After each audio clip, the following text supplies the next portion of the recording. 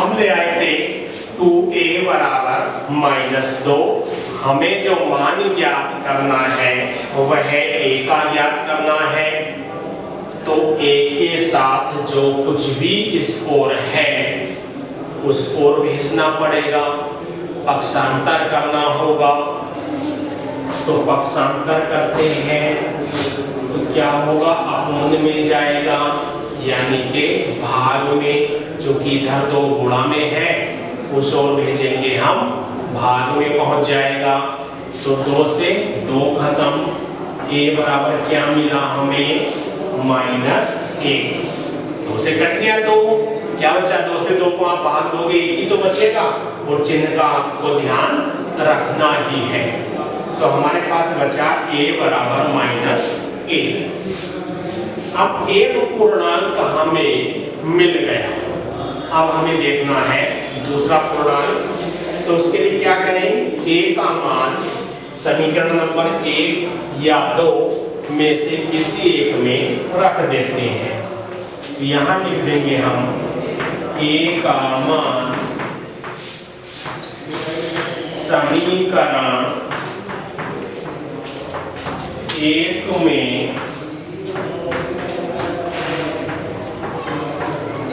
रखने पर, और समीकरण 1 हमारे पास है a + b बराबर -11। ये हमें मिली हुई है। इसमें हम मान लगा देंगे तो a के स्थान पर लगाएंगे -1 + b बराबर -11। यहाँ तक हम आ चुके हैं, -1 + b बराबर -11। अब b का मान ज्ञात करना है। तो ये जो माइनस का एक स्कोर है इसे हम बराबर के दूसरी ओर ले जाएंगे, अर्थात इसका पक्षांतर कर देंगे।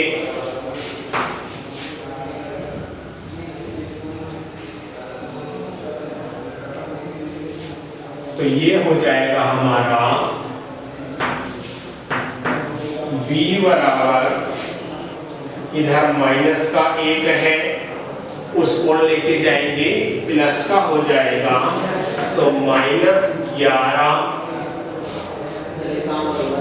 -1 है उधर ले गए, प्लस का 1। अब 1 में से 11 घटा रहे हैं, अर्थात छोटे में से बड़ा घटा रहे हैं, तो हमें मिल जाएगा -10। तो दोनों मान हमें मिले, a का मिला -1, b का मिला -10। ये 2 मान हमें प्राप्त हुए उत्तर के रूप में। अब यदि हम अपना उत्तर चेक करना चाहें तो फिर क्या किया जाए, दोनों का योग, तो प्लस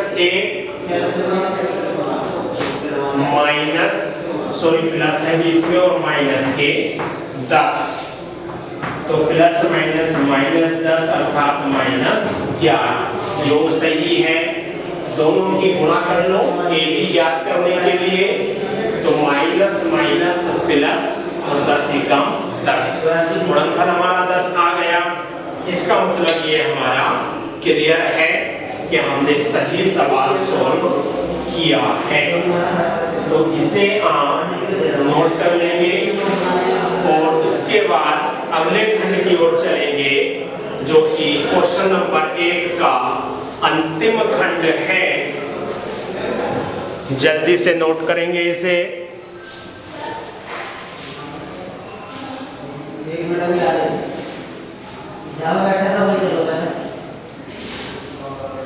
तो चलिए इसे मैं रफ कर लेता हूँ।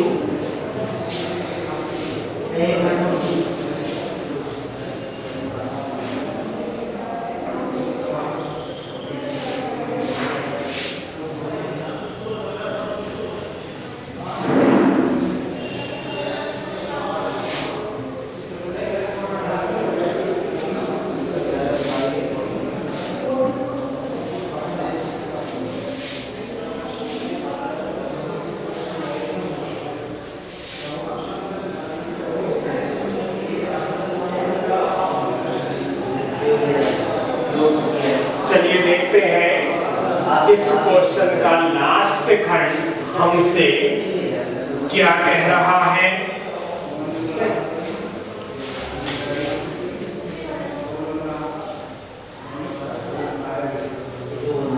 अंतिम खंड, उसके बाद हमारा ये क्वेश्चन कंप्लीट हो जाएगा।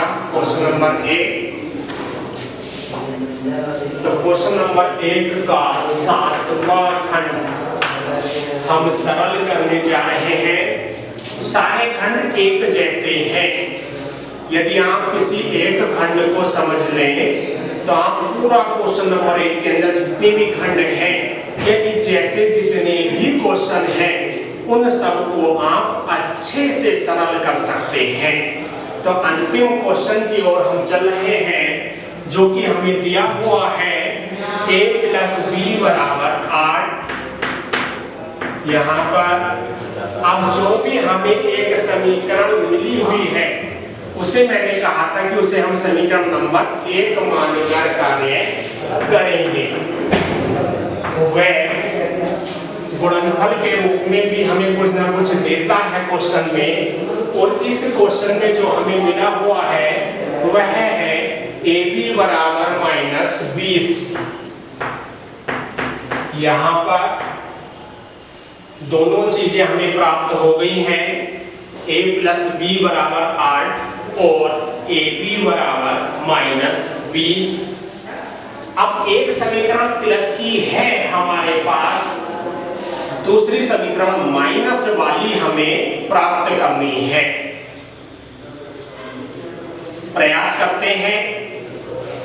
उसमें क्या करना है? हमें फॉर्मूला अप्लाई करना है, और फॉर्मूला क्या कौन सा है? a - b का whole square equal to a + b का होल स्क्वायर -4ab।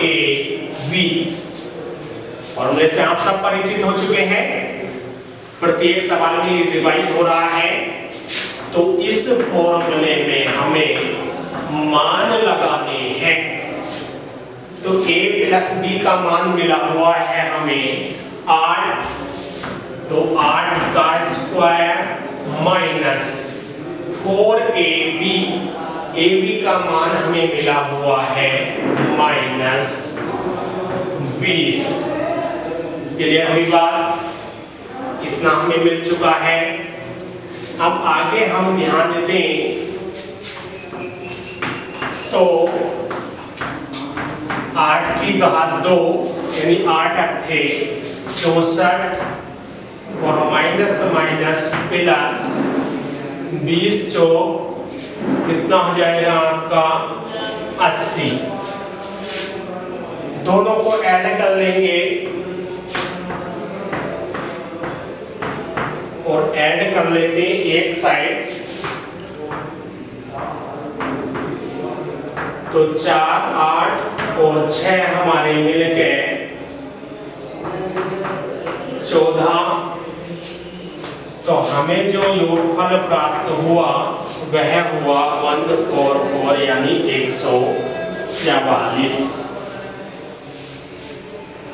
अब घात 2 हमें एक तरफ से हटानी है, दूसरी ओर जाकर वर्गमूल बन जाएगी।